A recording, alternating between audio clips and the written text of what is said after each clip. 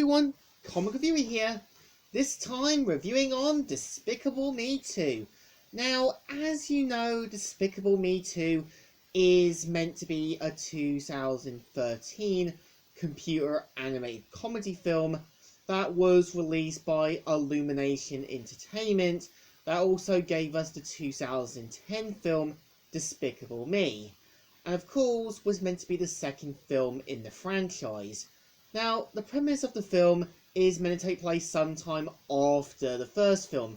We see now that Gru has now given up villainy and kind of is more of the kind of stay-at-home dad doing his own sort of self-made business, selling jellies, until he's eventually recruited by the Anti-Villain League, ran by Ramsbottom, and is assigned by Ramsbottom himself to work with Lucy in finding a dangerous serum that contains a dangerous side effect.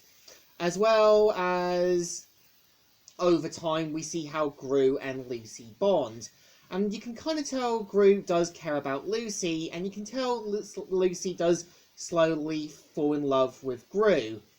And at the same time, it's them basically trying to find out who has the serum and try and stop it before it's too late. I would say, for the most part, as a sequel, it's not holding itself too much on a candle.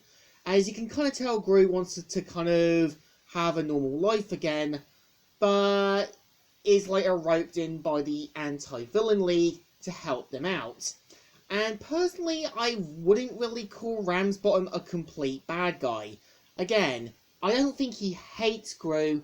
I think he's just trying to remind him of his place, as well as just not really giving him any shortcuts or any breaks due to being a villain.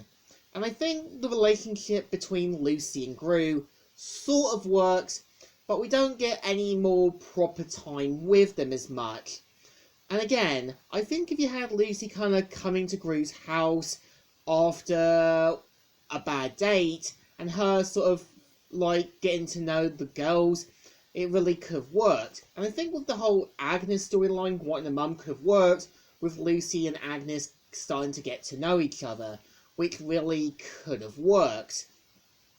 And I feel like when you do have Dr. Nefario transferring over to work with another villain, I feel you could have had him have a bit more of a moral side when he finds out what the serum is going to be done to the minions, and have him say, "You never told me you were using Gru's minions," as a sign to show how shocked and appalled he is. And I feel like, yeah, the film does have a bit of a message about trying to find your true love, as well as trying to get back on the horse and trying to get back together sort of thing, which I think definitely works.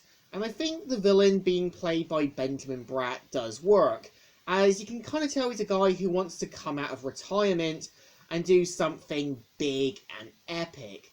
But at the same time, I feel he doesn't really put up much of a fight and doesn't really feel believable.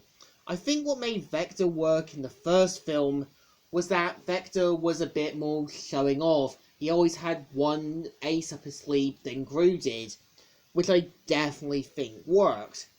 But I think, to me at least, Despicable Me 2 is a bit of a bread and butter mixed with marmalade.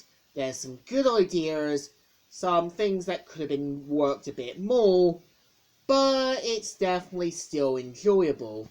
So I think it deserves a thumbs in the middle. It's kind of alright, kind of okay, but really something that could have been better. So, Comic Reviewer here, signing out.